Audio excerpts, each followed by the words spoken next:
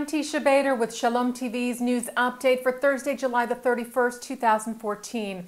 3 IDF soldiers were killed yesterday while uncovering a terror tunnel in Gaza that had been rigged with explosives. We had reported to you about the tunnel discovered under a building in the southern Gaza Strip yesterday, with reports that the explosion wounded several soldiers. However, the Army announced last night that 3 soldiers were killed in that incident. The Times of Israel reports that the IDF soldiers took specific precautions to avoid damaging the structure of the building, as they believed it was the site of a health clinic belonging to the United Nations Relief and Works Agency. While they were working on it, terrorists detonated the explosives, bringing the structure down on the IDF troops and killing the 3 and injuring 15. The incident brings the number of IDF fatalities in Israel's operation in Gaza now to 56. Israeli Prime Minister Benjamin Netanyahu said at the start of his cabinet meeting today that the IDF continues to fight in Gaza with, quote, full force, tackling the terror tunnels. He said the tunnels would have enabled Hamas to kidnap and kill Israeli citizens in mass attacks, and that Israel would reject any proposal that prevented the IDF from completing its mission of demolishing the tunnels. And today the IDF said it would call up 16,000 reservists in addition to give the IDF more time to complete that mission. Rockets continued to be fired into Israel from Gaza today. Yesterday saw over 50 rockets fired at central and southern Israel. And Jewish leaders from New York, currently in Israel, pledged $200,000 to Barzilai Medical Center in Ashkelon, which has been hard hit by Hamas rocket fire.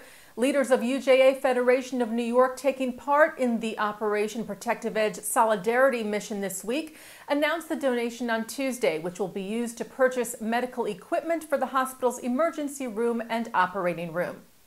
In addition to meeting with communities hard hit by the rocket attacks, the delegation also met with members of the American Jewish Joint Distribution Committee, the Israel Trauma Coalition, and the Jewish Agency.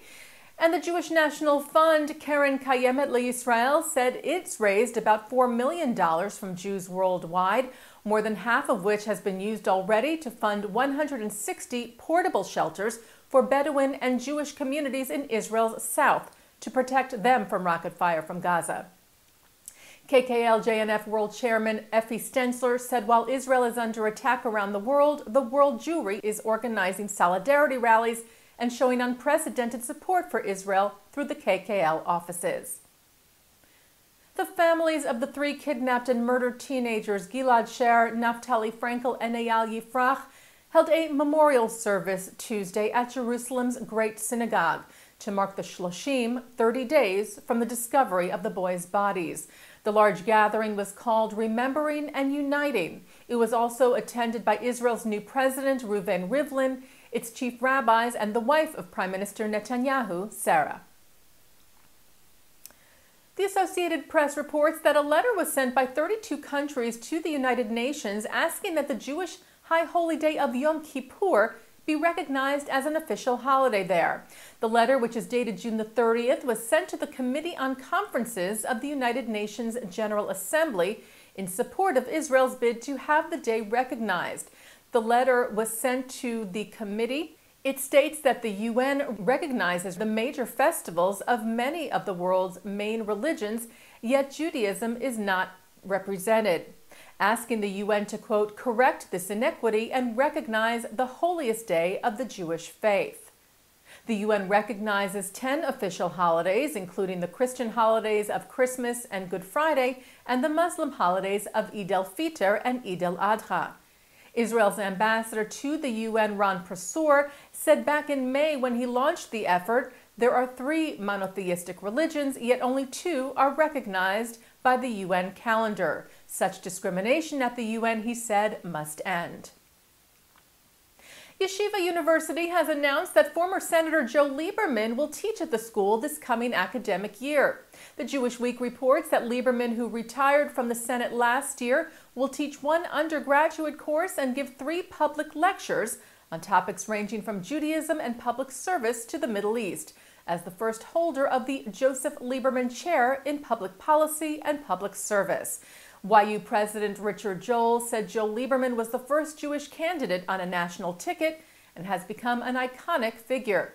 That's important for history, but he added Joe Lieberman is much more than that. He's a passionate Jew, a statesman, and a man of integrity. And to be able to build on who he is and what he represents is critical to the multifaceted dimensionality that must be yeshiva.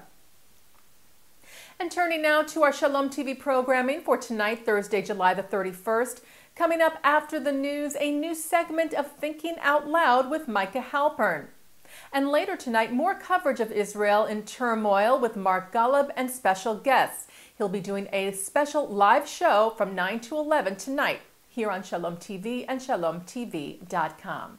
And that's Shalom TV's news update for Thursday, July the 31st, 2014. I'm Teisha Bader.